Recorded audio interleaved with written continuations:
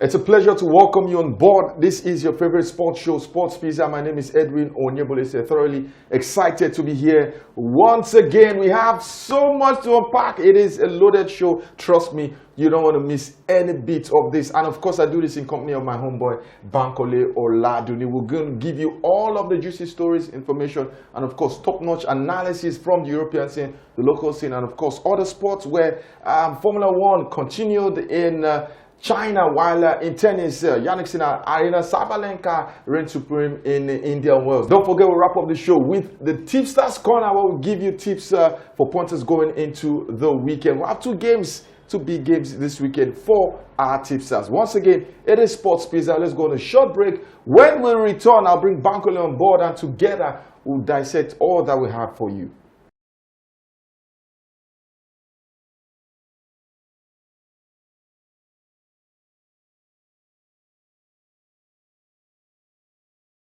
Welcome back. It is Sports Pizza. A pleasure to have Bankole Oladuni on set. Banky, what's up? How you doing? Edwin, it's good to be here. It has been a loaded weekend. From football to Formula One to tennis. Some sides of the Italians didn't have a good weekend. The other side had a splendid Which side didn't have a good weekend? Let's move on. But yeah, I'm sure we'll talk about all of that over the course of the show. Yeah, definitely. Plenty to talk about. But hey, we have to start somewhere. We're starting from England. And Arsenal, I think they have about 8 fingers already on the title. Bankole Oladuni. That's it. On the title. So if you are a frequent, I know you're a frequent user of social media, you'd have seen the whole conversation of, oh, the league has been poor. That's why Arsenal are running away with the league title. Do you agree that the league has been poor in general, or Arsenal have been extremely good that the others can't keep up with them? I think the league has been poor, but that does not take anything away from Arsenal. I think, and this is something I've always said for the last two seasons, the current crop of teams that are in the English Premier League are quite average. And especially when you also consider the amount of money that is available for them to spend, you would expect, a higher quality of football to be put on display. But yet, you still see the same robotic style of football from all teams across the board. Even a team as lowly as Wolves would want to play like a Manchester City or like a Arsenal. But Arsenal have taken advantage of something that a lot of teams have ignored over the years, which is the physical side of things. And you can clearly see it from the way they play, from the way they dominate the midfield, from the way they've taken advantage of set pieces. And for a league that you can only win through marginal gains, Arsenal have keyed into that, from their throw-ins to their corner kicks, even their free kicks. I think you look at what Mikel Arteta has done, especially with the recruitments. He has brought in a lot of players who are capable of winning duels, all over the pitch, and that's something a lot of teams do not have. You have a lot of players who are technically good, but in terms of the physical side of things, they get outbullied, easily. Probably just the Newcastle midfield, who you can take and go toe-to-toe with Arsenal physically. But for Arsenal, yes, they've clearly been the best out of a very poor bunch of teams. But I don't think it will take anything away, from their trophy. I think clearly they've been a very good team. They've adapted, to a lot of situations. They've adapted, to injury crisis also. A lot of people might not know this, but Arsenal had a lot of injuries over the course of this season, and they've clearly adapted to that. They've clearly adapted, to their opponents also at some point. So I think for Arsenal, it has been a coaching masterclass, from Mikel Arteta, and also a phenomenal performances from the boys. But talking about Mikel Arteta, it feels like it is vindication for the board, for the Kroenkes who brought him into the club, having sacked the former guy, now at Aston Villa owner Emirate. Thank you very much. Bankole, would you have envisaged that 6-7 years down the line, Mikel Arteta will be the one to deliver Arsenal's first league title since 2004? Absolutely not. I think his first 6 months, I absolutely thought he would be sacked. There was a run of 10 games where he only won one, and he lost the rest. And the belief around a lot of people was that he probably won't start the next season with Arsenal. But as we can see, he has gone on to have about 5 more seasons since then. And for a manager who has basically rebuilt this project from scratch, at some point he had the likes of Aubameyang, he had the likes of Lacazette and Ozil, the likes of Granit Xhaka, the likes of Koscielny also at some point in this team, and he had to rebuild it from scratch. The team that he started with is very different from the team that will probably go on to win the Premier League title. So for a manager, I think that is the hallmark of a good manager, and it's the hallmark of a good team generally. A lot of credit must also go to Edu, also, who is no longer at the club. He routed a lot of players who came in over the course of this project. And I think for us now, it is a clear case of if you do the right things at the right time, you would reap the right rewards. It's not just about spending money, because they've spent a lot of money. Yeah. No doubt. It's not a case of it's not a fairy tale story. It's not an underdog story. It's a case of a team who have spent money in the right places. Some has been bad, but a lot has been good. For Arsenal. So I think for them, this is a project that a lot of teams want to emulate. It is a coach that a lot of teams want to. A lot of teams are already emulating. So I think for Arsenal and Mikel Arteta, nobody envisaged this, but good one for him. What next for Man City?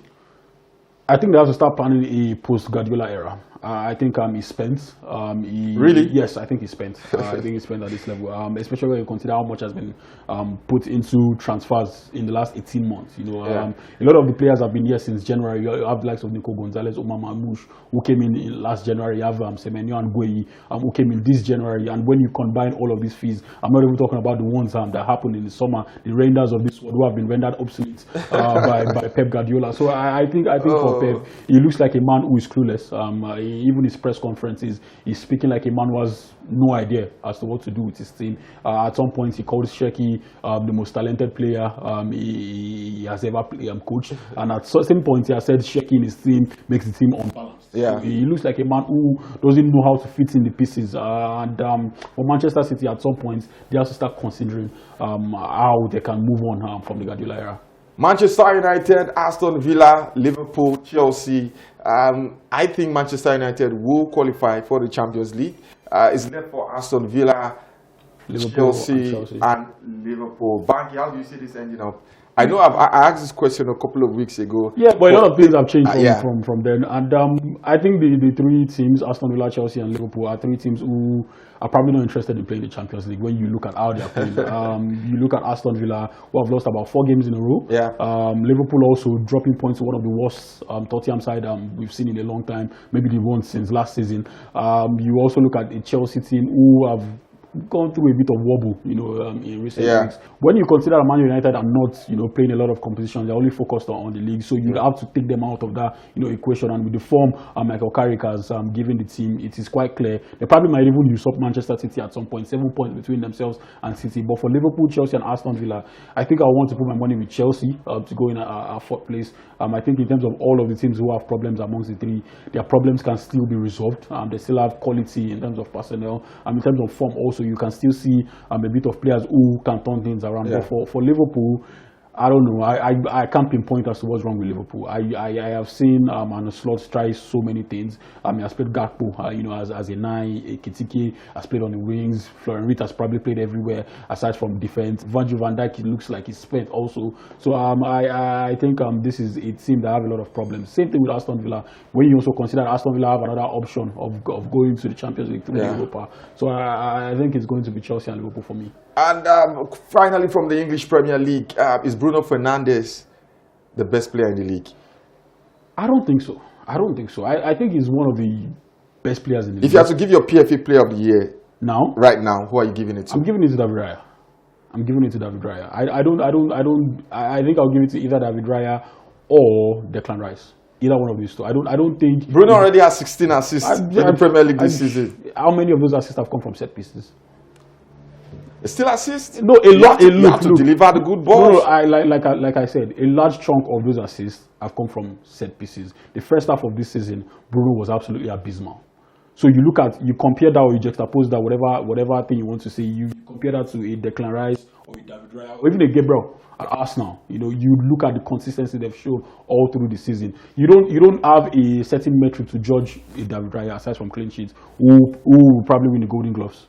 Same thing for Gabriel, same thing for Declan Rice, who is a midfielder. I don't expect goals and assists from Declan Rice. I expect him to do other things. But you look at their performances, you look at how they've come through for Arsenal in certain moments this season. I mean, especially for an Arsenal team that also vying for the title. I don't necessarily buy the Player of the Year should go to the team who wins the title. But in terms of performances, in terms of consistency, I don't think Bruno Fernandes has been as consistent as either Declan Rice, David Raya, or Gabriel. There you have it, all from the English Premier League. But hey, it's not all about the English Premier League. Let us quickly touch on the Spanish La Liga.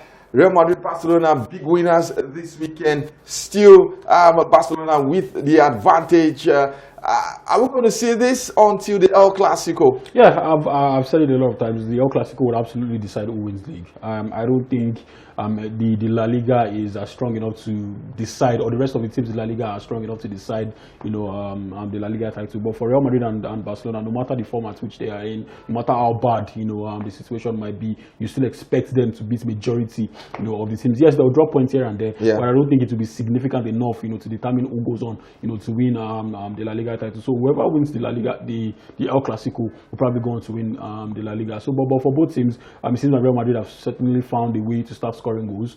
Same thing for Barcelona. That's never been a problem for Barcelona. But since the turn of the year, I can also say their defense, has been better. They've kept about 8 or 9 clean sheets, which is something you wouldn't say. You won't associate with them. But for both teams, I think, they're just beating their time for the El Clasico, and after that, we'll see how it goes. What happened to Milan? I think last week you were gloating. You were. No, I don't think I was gloating. I understand. You did. I think for Milan it's just a symptom of the problem. A lot of people believe, including myself, I believe that the Pulisic Leao wouldn't work. The recruitment has been rubbish. You have a striker in Fulkrug who can't start ahead of 2 wingers. So that's one problem. So I think. The system also being played by Allegri, as much as it can get you the result against the big teams, against the big matches, it might also be an hindrance, in a title race in terms of scoring goals. There are no goal scorers in the team. I don't think Leao or Pulisic are goal scorers. The midfield also, there is a certain problem if Rabiot, does not play. The lack of creativity, the lack of energy, exactly. The lack of energy without Rabiot. Jashari is a good player, but he's also quite young. He's also adapting. Invest proper money into the team, and then we might see Milan do well in the Champions League and the Serie A. It's so much to talk about, but hey, time is not our friend. We need to go on a short break. When we return, there's still plenty more to talk about. It is Sports Pizza. Don't go nowhere.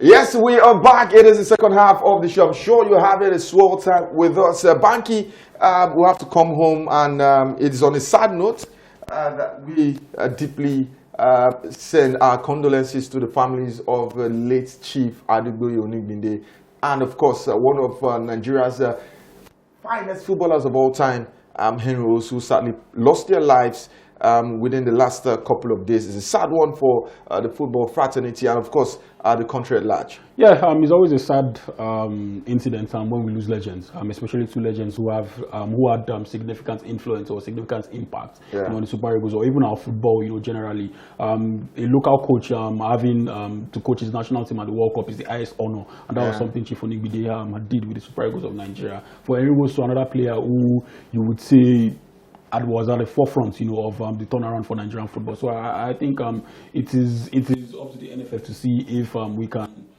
find a way to acknowledge them significantly. We can find a way to imprint them in a way that they won't be forgotten so soon. So hopefully these things will work itself out. So sad, Banky. From everyone here in the Sports Business family, we're sending our condolences, and may God grant the families the fortitude to bear these losses. From there, we go straight to China. It was a Chinese Grand Prix. Mercedes, they struck gold in the first race. Right now, it is back-to-back wins, back-to-back podiums for them. This time, it is Antonelli becoming the second youngest driver to win a race in Formula One. And finishing behind him is his teammate, George Russell. And for the first time in gazillion of years, Lewis Hamilton on the podium, making it 2 Britons and an Italian. Absolutely. You look at Kim Antonelli. I think this win has bought him a lot of time. I think there were certain expectations, especially after he finished 5th last season, and it was a question about when will he win his first Grand Prix. And now that he has done that early into the season, I think he will go into the rest of the season, just managing expectations. I think at the end of the day, the first driver or the number 1 driver will still be George Russell. This is a young, inexperienced manager, and I don't think a Grand Prix win would all of a sudden compensate for that inexperience. But the news for me, or the good news for me, is saying the Ferrari brothers or the Ferrari guys, do well in consecutive races. I had 0 expectations going into the season, but now we might start seeing a Mercedes-Ferrari battle for the constructors title. I think you look at Charles Leclerc and Lewis Hamilton. The last match in Melbourne, it was Leclerc finishing ahead of Hamilton. Now it's Hamilton finishing in podium places. So I think for Ferrari, it seems like a season that will promise a lot of good things. But for McLaren, another disappointing DNS for Lando Norris. I mean, it's a clear case that there's a lot of problems going on with the car at the moment, and they need to figure it out before there's a significant gap between themselves and the Mercedes and the Ferrari. All right, from there we'll go straight to tennis in Indian Wells. His 25th title of his career. That's Yannick Sinner. He defeated Dani Medvedev in straight sets. He also became the third player to win all the hard court Masters 1000 titles. For me, the news is not even Yannick Sinner winning. I mean, he's arguably the best player, on the ATP circuit. But Dani Medvedev in 2026 has been quite impressive to me. At some point, I thought it was going to be the heir to Novak Djokovic, but I think mentally he had his struggles. Also physically, injuries also caught up to him. But him getting to yet another final in 2026 says a lot about his improvements in recent months. And so going into the next Grand Slam, I would be looking forward to seeing how he would fare. That is Dani Medvedev. But for Yannick Sinner, there's no analysis that we can go into for Sinner. But for the female, Sabalenka, Rybakina, who has been a thorn in her flesh. Yeah, I think. When she got to the number one, I said something that I got a lot of stick for, that she's probably the worst number one I've seen in a long time. And you deserve the stick. She's like, and I said it. A lot of players currently, if any of them, the current crop of players, Sabalenka. Are you talking about Sabalenka? Yes. Now, she's the worst number one I've seen in a very long time. Are you joking? Yes, Edwin. We don't have enough time to go into it, but good one for her. A conversation for another day. You look at the current crop of the WTA title, WTA players, and she looks like the best player on the circuit. But I'm not moved by Sabalenka. Fingers crossed. Fingers crossed. We need to go on a short break. We'll give you a video for the week. When we return, we'll wrap up the show with the Tipster's Corner.